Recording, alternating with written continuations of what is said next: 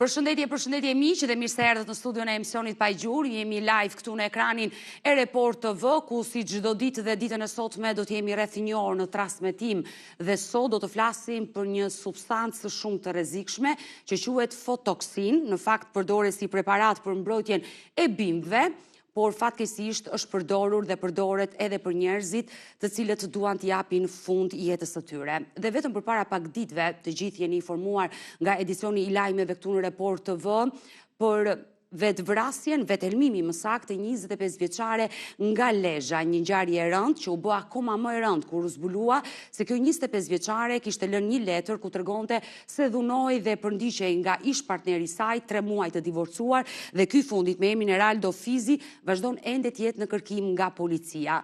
Por në fakt duke u nisur për gjatë 3 muajve të parë të këtij vitit, ka patur shumë raste të cilët i kanë dhënë fund jetës duke pirë fotoksin. Do të flasim sot për këtë fenomen vërtet të frikshëm dhe të rrezikshëm, pasi fotoksina mund të blihet lirshëm jo vetëm në kryeqytet, po kudo në Shqipëri. Unë sot në studio për të folur rreth kësaj teme kam avokatin Alban Duraj, përshëndetje dhe mirë se erdha avokat. Faleminderit, mirë se u gjeta. Kam psikologen Fabiola Elezaj, përshëndetje dhe mirë se erdha. Ju falenderoj që ju kam të dyve në studio, ne pas pak do të kemi një lidhje direkte nga Lezhë për ngjarjen e rëndë të 25 vjeçares që besoj jeni informuar për ngjarjen e rëndë, por do të kemi edhe sociologen Entela Binjaku pas pak në një lidhje për të folur dhe padyshim për të dhënë dhe këshilla të duhura nga një psikologe në raste të tilla, por dhe nga një avokat për të kuptuar që pse kjo fotoksina, një barn helmus, blihet kaq kollaj në çdo farmaci bujqësore, në çdo vend të Shqipërisë. Por vetëm pas pak Alban, se fillimisht dua të prezantoj një kronik për të gjitha ngjarjet e ndodhura të vethelmimit në Shqipëri nga janari deri në mars, por duke u fokusuar më së shumti tek ngjarja e rëndë e ndodhur përpara disa ditëve në Lezhë, ku 25 vjeçaria u vethelmua me këtë barn të quajtur fotoksin. E ndjekim dhe rikthehemi.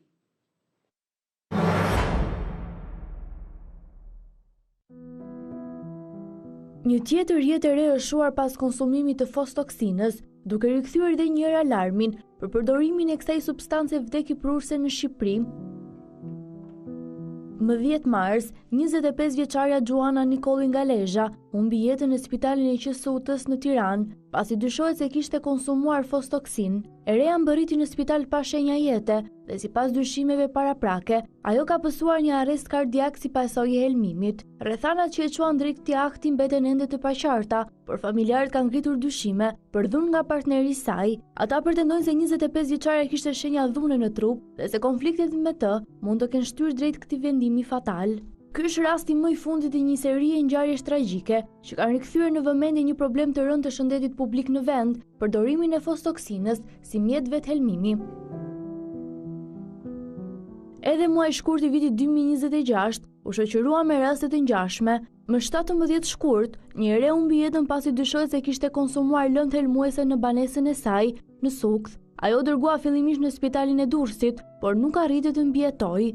Vetëm një ditë më pas, në Fushkruj një tjetër e re humbi jetën, pasi dyshohet se u vethelmua sërish nga e njëjta substancë. Fostoksina, e njohur në përbërje si aluminium fosfin, përdoret për dezinfektimin e magazinave të drithrave, por në kontakt me lagështin, ajo çliron gazin fosfin, një gaz shumë toksik për organizmin e njeriut. Mjafton një sasi e vogël për të shkaktuar helmim të rënd, dështim të organeve jetike dhe si pasojë vdekje. Mjekët theksojnë se nuk ekziston një antidot specifike që ta neutralizojë këtë helm. Ajo që e bën situatën edhe më alarmante është fakti se fostoksina mund të blihet me lehtësi në farmaci bujqësore, shpesh pa recetë apo dokumentacion përkatës profesional. Ligjërisht, kjo substancë duhet të tregtohet në kushte të rrepta dhe vetëm për përdorim të kontrolluar bujqësor. Megjithatë, në praktik kontrollet rezultojnë të dobta. Ndërkohë, mesazhi i ekspertëve mbetet i qartë se fostoksina nuk është një produkt i zakonshëm tregu, është një helm industrial që kërkon kontroll maksimal. Çdo neglizhencë në trajtim dhe tregtimin e saj mund të ketë pasoja fatale. Sa kohë që kjo substancë do të jetë lehtësisht të aksesueshme, rreziku për përdorim të qëllimshëm apo aksidental do të mbetet i lartë.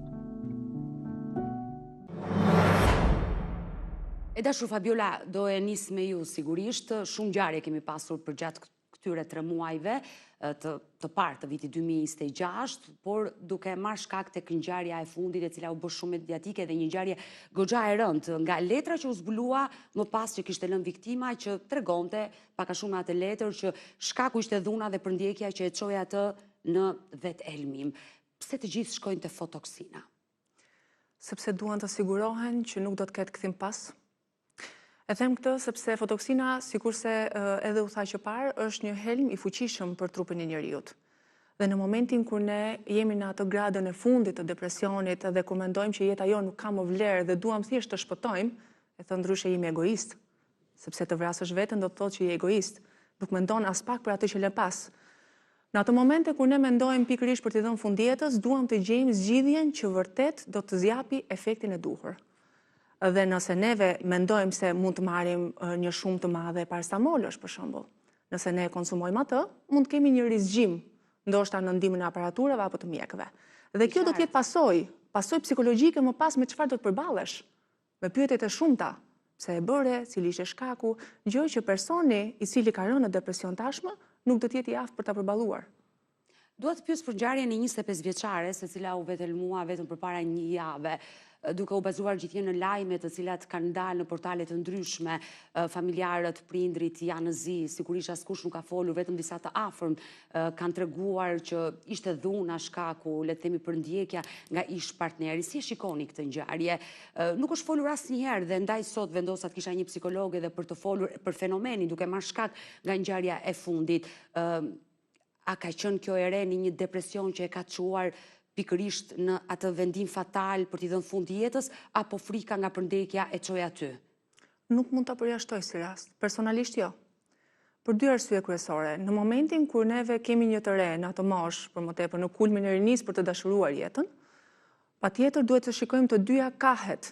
Duhet të shikojmë arsyen se pse e shtyu deri në atë gradë dhe më tepër të hulumtojmë nëse ajo e re ka patur problematika të mëhershme.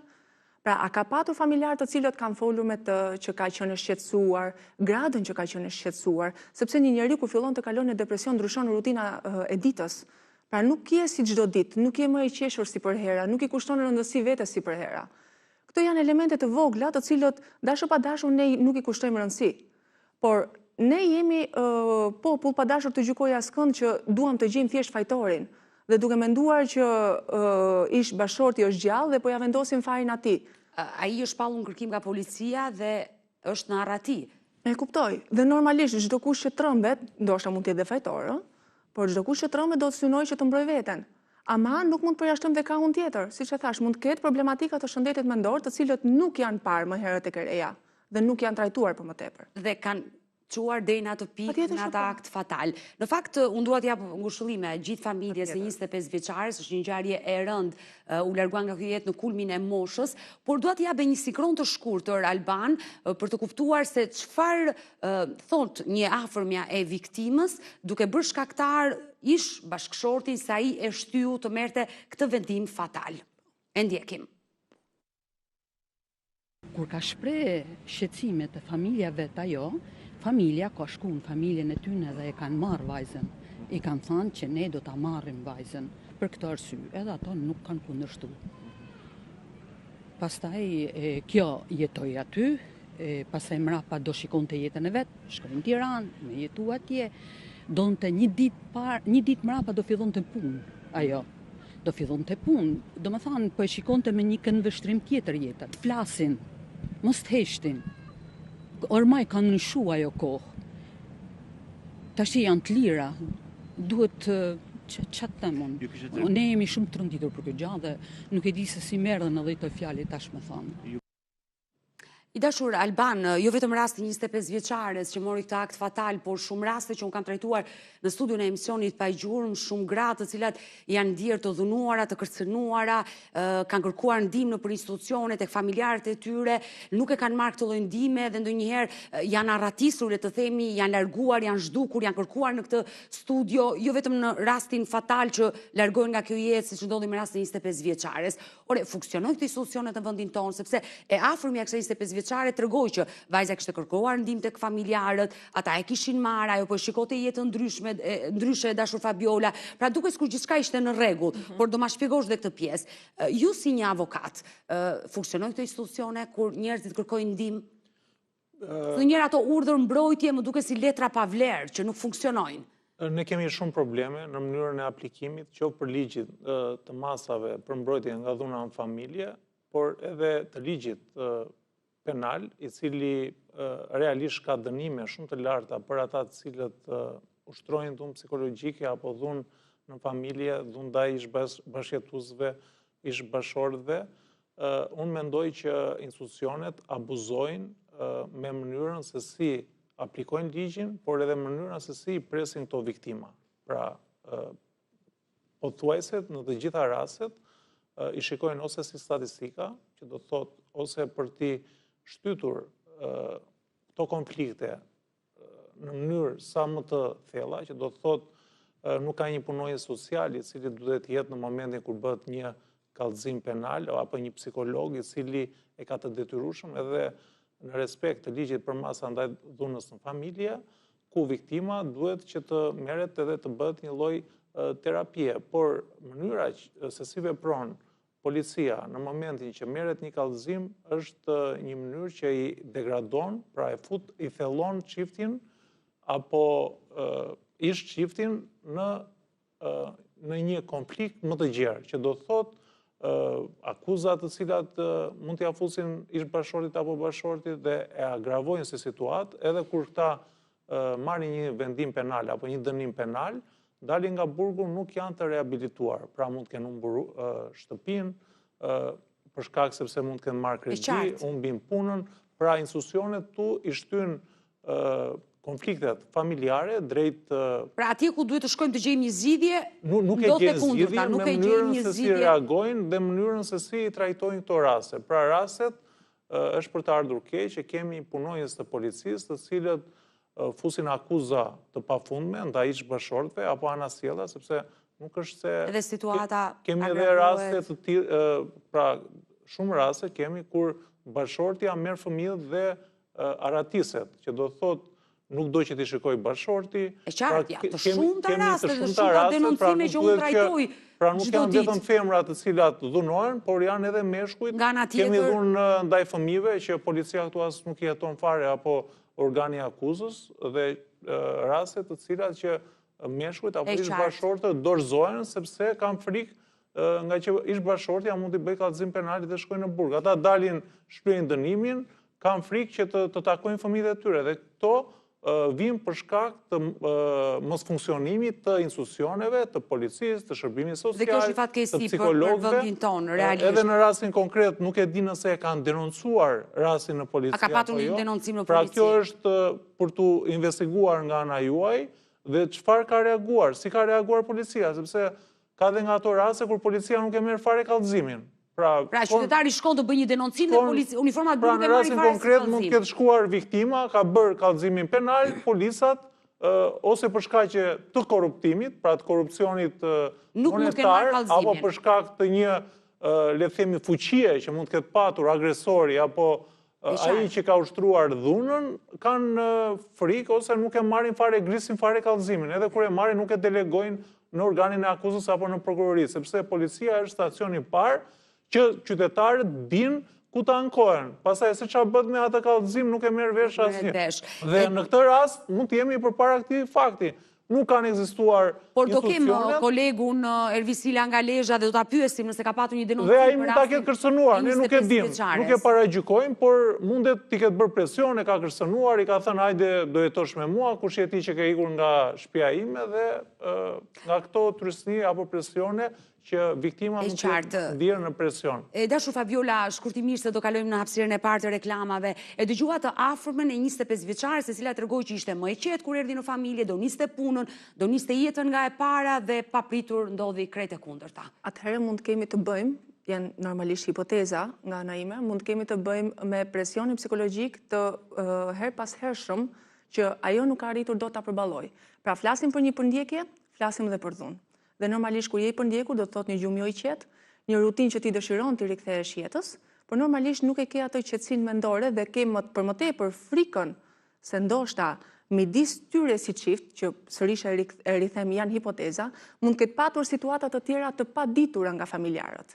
Dhe normalisht në momentin ku përndiqesh dhe e di që askush nuk e di situatën e kaluar, ke frikën e paragjykimit.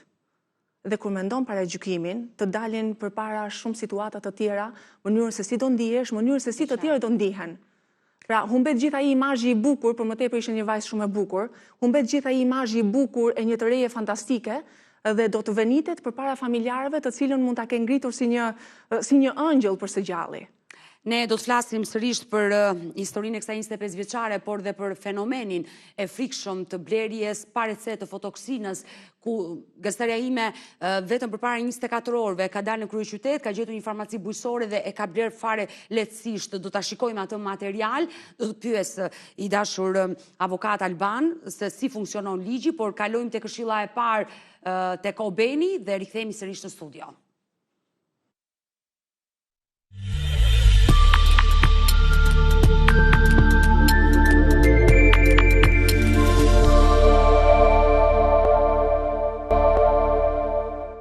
Mirë, jemi rikthyer në studio, jemi sërish bashk live dashur miq, ku ditën e sotme po flasim për substancën më të rrezikshme, fotoksin, një preparat që përdoret për mbrojtjen e bimëve, por që fatkeqësisht po përdoret edhe nga njerëzit. Kam një lidhje direkte sociologen Entela Binjaku dhe dua ta përshëndes më një herë. Entela, përshëndetje. Përshëndetje, Odeta, faleminderit. Të falenderoj dhe unë që të kam në këtë lidhje dhe në fakt fenomeni i vetelmimit me fotoksin po shtohet çdo ditë më shumë në shoqërinë shqiptare dhe duke marrë shkak nga ngjarja e ndodhur përpara pak ditëve, vetelmimi 25 vjeçares, po lexoja komente, shkrime të ndryshme dhe më dha përshtypjen që fotoksina është kthyer si ai simboli i vetvrasjes. E frikshme. Po, statistikat edhe nga Wikipedia tregojnë që helmimi me pesticide ose vetvrasja përmes përdorimit të pesticideve është shumë lartë si numër. Gati 30% e rasteve në nivel global ndodhin pikërisht si rezultati i përdorimit të substancave pesticide. Dhe për shembull po lexoja sërish që në Kin kjo është një dukuri shumë e hasur veçanërisht tek gratë e zonave rurale. Sigurisht çdo kulturë, çdo shtet ka, si do themi, kulturën e vet dhe rastet e suicidit stimulohen në kultura të ndryshme ose ndodhin në mënyra të ndryshme në kultura të ndryshme. Tek ne po gjen shumë vend përdorimi i fotoksinës. E kemi dëgjuar në mjaft raste që qytetarë të ndryshëm, kryesisht të gjinisë femërore, kanë përdorur fotoksin në rastin e vetvrasjes. Mendimi im është që kjo substancë, me sa duket, gjendet shumë lehtë, nuk ka, si të themi, në një farë kufizimi në mënyrë të si arrin të sigurojnë qytetarë. Dhe ndoshta e gjejnë, si të themi, jashtë për ta përdorur, kanë parë, me sa duket, që edhe efekti është i pakthyeshëm dhe ndoshta për këtë arsye, besoj unë. Këtë që tha dhe psikologja Fabiola Eliezi që ndodhet me mua në studio, sepse i bëra pyetjen, pse shkojnë te kjo substancë? Sepse është vdekje e sigurt duke përdorur këtë substancë të rrezikshme. Mendoj që po, sepse kemi parë, domethënë, që një pjesë e madhe e atyre që vetvritën përmes fotoksinës rezultatin e kanë fatal, sepse ka edhe mënyra të tjera se si tentojnë, domethënë, përmes mbidozës së ilaçeve, por jo në të gjitha rastet ajo konkludon në mënyrë fatale. Dhe për këtë arsye besoj unë i drejtohen fotoksinës. E dashur Entela, sepse po më shkruan dhe gazetarja ime Klaudia që janë orar të punës dhe nuk dua të të mbaj gjatë në këtë lidhje dhe të falenderoj sinqerisht që gjete pak minuta të ishe në këtë lidhje direkte me emisionin Pa Gjurmë. Si një sociologe, çfarë këshille do jepje për shoqërinë shqiptare? Është kthyer në një fenomen vërtet i frikshëm. Statistika duke nisur për 3 mujorin e parë nga janari deri në mars, ende se kemi mbyllur këtë muaj, është diku numri 5 raste të ndodhura njëra pas tjetrës në vendin tonë. Po, shumë e vërtet. Nuk duhet të harrojmë që statistikat e vetvrasjes në Shqipëri janë mjaft më të larta edhe se në Kosovë fjala vjen. Dukuria është shumë serioze, në më pak se 90 ditë që ka filluar viti ne kemi 5 raste. Rastet janë të shumta në çdo vit dhe në qoftë se përpara disa vitesh kishim një farë konstante në këto raste fatkeqe, tani më rastet kanë ardhur dhe nga viti në vit domethënë janë shtuar. Këshilla ime do të ishte në rast të parë të flasim më shumë për shëndetin mendor, sepse në një numër të lartë të këtyre rasteve ka një episod depresioni ose ka një farë çrregullimi dikur ose diku. Dhe ne flasim shumë pak për shëndetin mendor. E dashur Entela, më fal që të ndërpres, sepse unë prej shumë vitesh bëj një emision me problematika të ndryshme. Çdo ditë takoj gra, të cilat kanë probleme me shëndetin mendor. Fjalën do vethelmohem, e kam dëgjuar shpesh dhe mua kjo gjë më tremb. Sa gra ma kanë thënë këtë gjë, jo vetëm në studio që i kam daluar, por edhe në zyrën time, edhe në telefon, edhe mesazh që më shkruajnë. Mua më trembin këto mesazhe që vinë çdo ditë në telefonin tim. Dhe vërtet është e frikshme dhe flasim shumë pak për shëndetin mendor. Po, edhe unë e vëre këto që edhe pse kemi vite që bisedojmë, shfrytëzojmë çdo hapësirë që ju na jepni që ne të çojmë në veshin e duhur këtë mesazh pra që këtyre mendimeve do duhet urrim larg, ka mjaft gjëra të bukura jeta dhe është shumë e shenjtë dhe kjo temë është shumë serioze të bisedohet, sepse nuk duhet të harrojmë që ata që lënë pas këta njerëz që japin fundjetës janë po ashtu në situatë shumë të vështirë për veten e vet. Do të thënë, shënjohen edhe ata shumë nga këto akte në dukje individuale dhe në fakt individuale janë, por janë të tjerë që vuajnë shumë prej këtij akti dhe prandaj kjo temë me shëndetin mendor merr një rëndësi kaq të madhe, sepse numri i personave të përfshirë është shumë më i madh se sa e imagjinojmë ne. Dhe lidhur me atë që ju thatë, edhe unë e kam vënë re që shumë qytetarë, shumë njerëz, domethënë në momente të vështira e kanë si në majtë gjuhës të shprehjen që do t'i jap fundjetës. Kur fola për kulturën, ka domethënë në kultura të ndryshme, këto mendime suicidale interpretohen në mënyra të ndryshme, manifestohen në mënyra të ndryshme. Tek ne manifestohen edhe me këtë lehtësinë me të cilën ne i themi, domethënë, apo këta njerëz i thonë. Prandaj përveç shëndetit mendor, unë mendoj se një temë me rëndësi është, si të themi, vërja nën kontroll e këtyre mjeteve, e këtyre fjala vjen substancave, pesticide të rrezikshme dhe nuk duhet të sigurohen kaq thjesht sa që gjenden sot.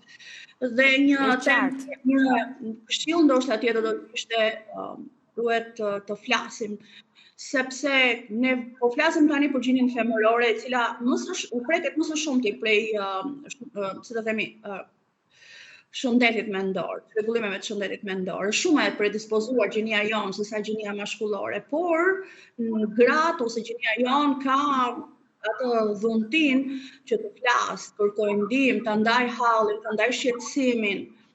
Po gjinia maskullore e ka shumë më të vështirë. Edhe në kulturën tonë, kjo po ashtu bëhet edhe më e vështirë. Pra, edhe kur kanë shqetësime, e kanë të vështirë të kërkojnë ndihmë, të komunikojnë shqetësimin e tyre, dhe si të tillë e vuajnë edhe në heshtje nëse kanë, domethënë mendime suicidale apo çrregullime të shëndetit mendor. Entela, të falenderoj dhe për këshillën, të flasim sa më shumë për shëndetin mendor. Të falenderoj dhe të përshëndes. Faleminderit jo, shumë faleminderit. Faleminderit. Mirë, ishim me sociologen Entela Binjaku dhe në këto momente dua të prezantoj një material të shkurtër të gazetarës time Klaudia, e cila ka dalë në kryeqytet, në një zonë të kryeqytetit, ka gjetur një farmaci bujqësore, të parën që gjeti, dhe e ka bler lehtësisht pikërisht të substancë të rrezikshme. Por çfarë parashikon ligji, do të dëgjoj ty Alban, por ndjeki materialin.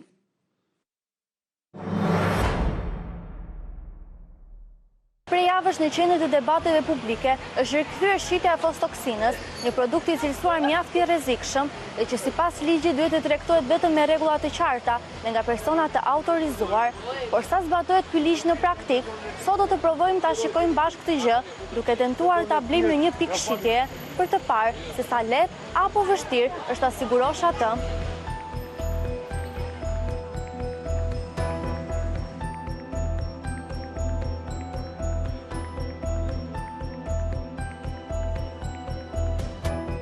Në pak minuta ne arritëm ta sigurojmë fosfotoksinën, një produkt për të cilin ligji parashikon kufizimet e qarta, por në realitet rezulton një aksesueshëm lehtësisht. Kjo është fosfatoksina që arritëm të blejmë sot.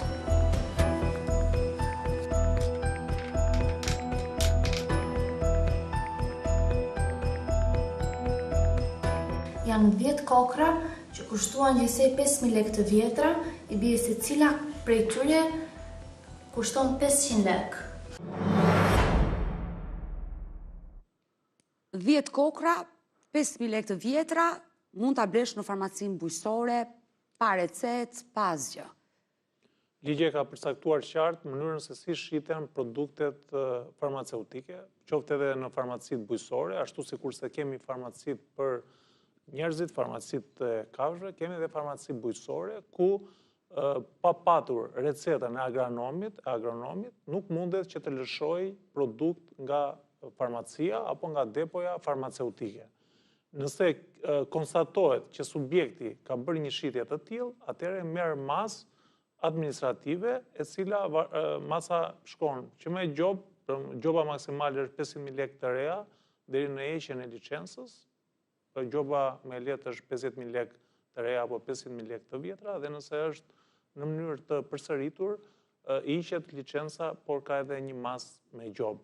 Pra, çdo farmaci bujqësore që shet këtë lloj substance të rrezikshme nuk mund ta shesi pa një recetë agronomit. Dhe cilat janë institucionet cilat mundet, por duhet dhe kanë detyrën për të kontrolluar një nga këto depot farmaceutike apo farmaci. Ne kërkonim sot një përfaqësues të depove farmaceutike të kishim në studio apo në një lidhje, por nuk pranuan që të flisnin. Për të na dhënë një shpjegim se pse këto farmaci bujqësore shesin. Ata e kuptojnë problemin që bëjnë, që do thotë duke shkelur ligjin, pra duke ditur që pa patur recetë nuk mundet që ta lëshojnë produktin e tyre, por vendosin në prioritet lehtësinë për mënyrën se si bëhet tregti e para, dhe së dyti kanë interesin financiar. Pra nuk i intereson fare nëse qytetari mund ta marrë këtë fotoksinë dhe ta përdori, dhe në rastin konkret ne kemi gazetaren tuaj që duket që nuk është, domethënë nuk vjen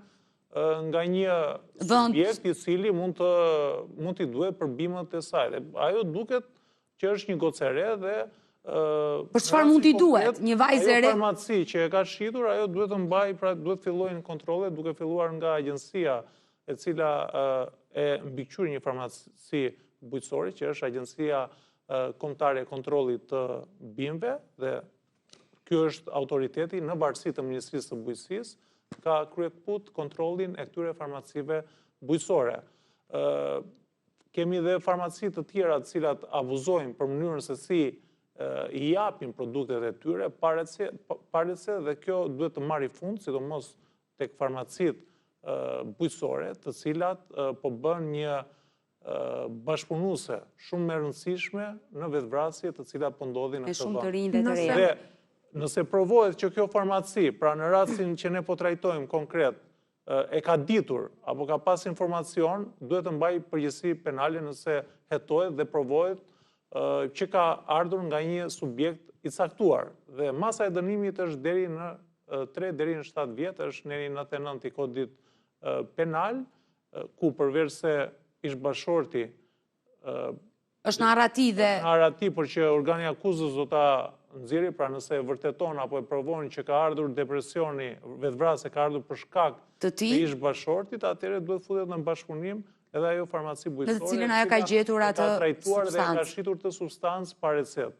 E qartë. Sepse qytetarët janë me probleme nga më të ndryshme, ne gjithë jemi në një stres të jashtëzakonshëm për punën, për problemet familjare dhe për çdo gjë, dhe Mund ta gjejnë të helm fare kollaj, e qartë. Por doli te qytetarët dhe më lejo, sepse gazetari me Klaudia teksa arriti të siguronte këtë substancë, po atë ditë pyeti disa qytetarë dhe i dëgjojmë të reagimet çfarë thonë qytetarët për shitjen e kësaj substance pa recetë.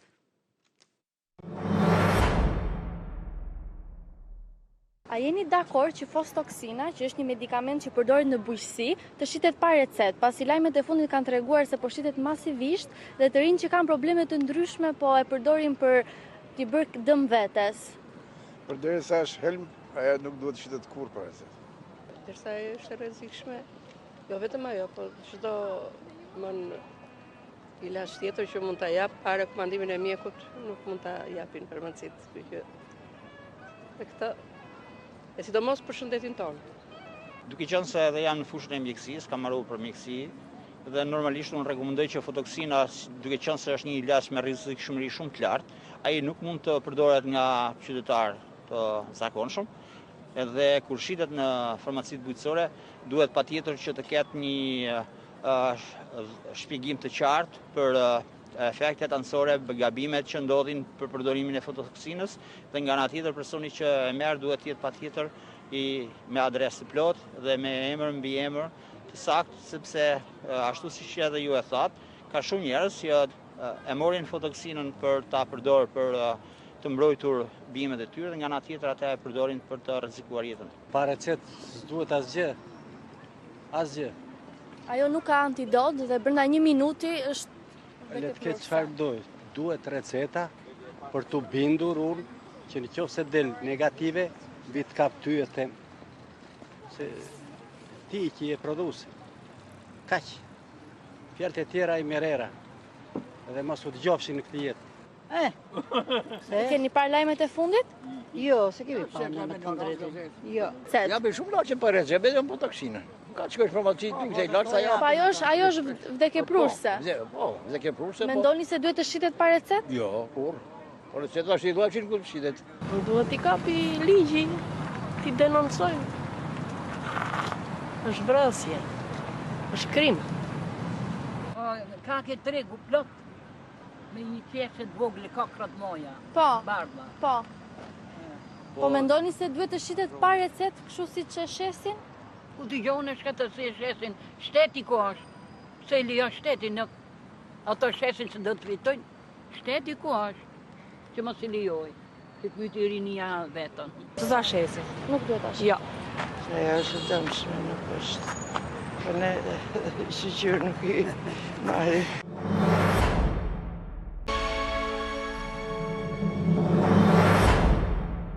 Mirë, jemi rikthyer në studio dhe kam një lidhje direkte gazetarin Elvis Ila nga Lezhë. Dua ta përshëndes më një herë. Elvis, përshëndetje.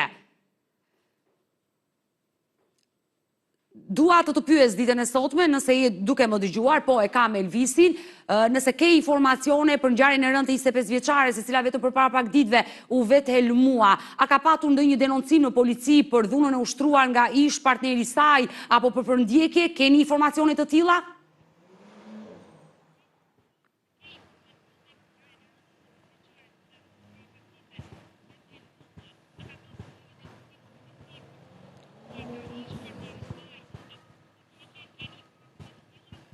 Ju përshëndes nga Lezhë. Odeta në fakt është një ngjarje e cila ka tërnditur mbar opinionin publik në Lezhë, ka dëshmoj edhe pjesëmarrja në homazhet që u zhvilluan në ndërim të 25 vjeçares Gjuana Nikollaj në qendër të qytetit të Lezhës 3 ditë më parë, ku ishin të pranishëm një numër i konsiderueshëm personash, por edhe njerëz të njohur të resë. Ajo çfarë duhet theksuar është fakti se të dy familjet ishin familje të mira dhe nuk njihen si problematike, ndaj dhe opinioni publik është shokuar nga ajo çfarë ka ndodhur, por edhe vetë të afërm të dy familjeve. Ajo çfarë duhet thënë është fakti se pikërisht dy personat, pra dy të rinj kishin qenë të lidhur për një kohë të gjatë dhe ishin njohur që në gjimnaz dhe këtë lidhje mes tyre kishin vendosur që ta kurorizonin edhe në martesë në muajin qershor të vitit që lan pas, por një martesë e cila zgjati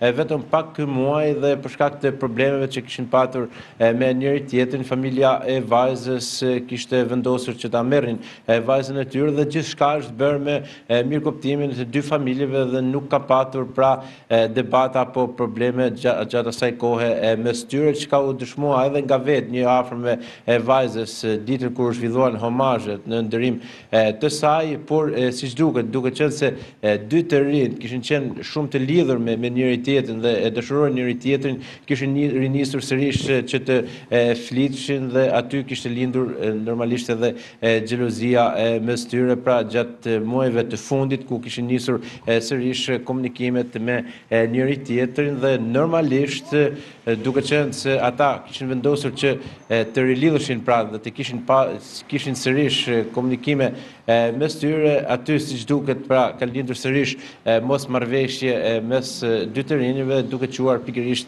edhe në pra debate, por edhe dyshohet që ushtruar edhe dhunë ndaj vajzës nga ajo çfarë është deklaruar deri me tani, duke i referuar edhe njoftimit të policisë për të cilin është shpallur në kërkim edhe një 25 vjeçari për këtë ngjarje, por gjithsesi kjo pritet për të ushtruar nga ana e uniformave blu, pra dhe prokuroria që tashmë po heton këtë çështje, pasi gjatë gjithë kësaj periudhe ka patur pretendime të ndryshme që për momentit kur ka ndodhur ngjarja, por ajo çfarë duhet të thënë është fakti se këto dy të rinj kishin paktën prej 7 vitësh lidhje me njëri tjetrin dhe martesën që e kanë bërë pikërisht në muajin qershor të vitit që pas, por duke qenë se pra kishin vendosur sërish që të komunikonin, aty ka lindur pra edhe këto përplasje dhe problematikat e tjera që ka kanë quar pikërisht në këtë fund tragjik të tërës 25 vjeçares Gjoana Nikolaj.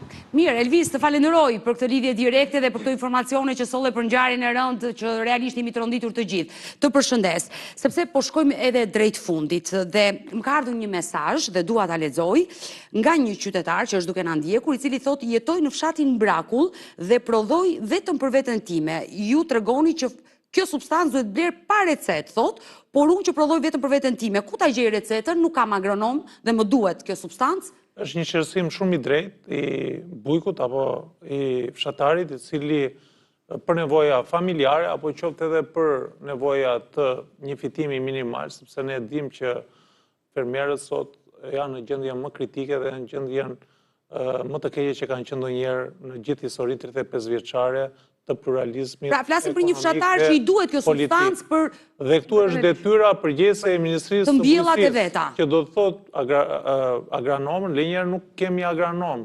Pra është për të ardhur keq sepse është një profesion në zhdukje, por fermerët janë në gjendjen më kritike ku duhet që të marrin edhe nëse ka ndonjë plan për biznes të vogël, familjar, duhet të paguajnë agronomin. Pra këto janë mungesa apo subvencionimet, cilat duhet t'i japi Ministria e Bujqësisë, që nuk i ka dhënë për gjatë gjithë këtyre viteve, pra e kanë parë blektorin, bujkun dhe fermerin shqiptar e ka parë si një armik. Pra të gjitha gjërat këtu ne tani na vijnë nga importi për shkak të këtyre problemeve që vijnë nga kjo ministri. Dhe është momenti që të rishikohen dhe njërë politikat ndaj kësaj shtrese, ndaj këtyre fermerëve, fshatarëve të cilët të paktën të nxjerrin shpenzimet e tyre, por edhe të kemë mundësi edhe për qytetarët e tjerë që të blejnë produktet e vendit, sepse të gjitha po na vijnë nga Maqedonia, po na vijnë nga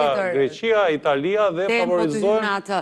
Se po shkojmë drejt fundit. E dashur Fabiola, shkurtimisht lutem, teksa po dëgjoj gazetarin Elvis Sila që po raportonte për ngjarjen, reagove dhe si ka mundësi gjithë këto vite dhe familja se ka ditur që ka ekzistuar dhuna mes çiftit? Pikërisht, ato kishin 7 vite që ishin të lidhur ose të njohur, e thon ndryshe. Po. Dhe në këto 7 vite nuk ka ndodhur asnjëherë konflikte në të cilët vajza do t'ja raportonte prindërve. Konflikte tani çdo familje ka dhe çdo çift ka, absolutisht.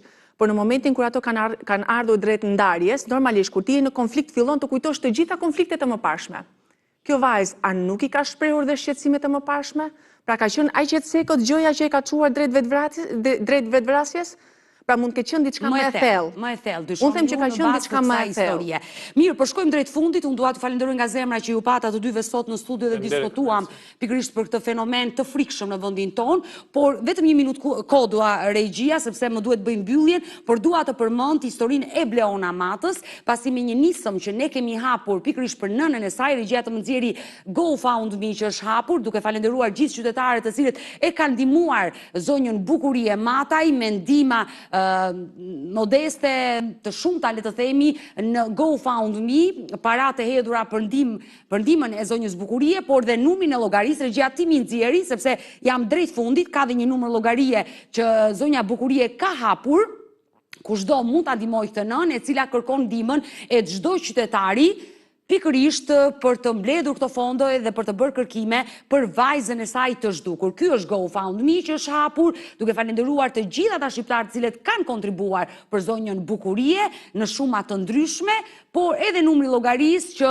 është hapur pikërisht për zonjën Bukurie, kushdo që nuk ka mundësi të hedhë në GoFundMe mund të shfrytëzojë numrin e llogarisë së saj. Mirë, kemi ardhur në fund edhe për ditën e sotme. Unë ju falenderoj që ndrorat me mua deri në fund të programit dhe bashkë do të takohemi nesër me një tjetër histori, me një tjetër denoncim që ka ardhur në emisionin Pa Gjurmë. Mirupafshim.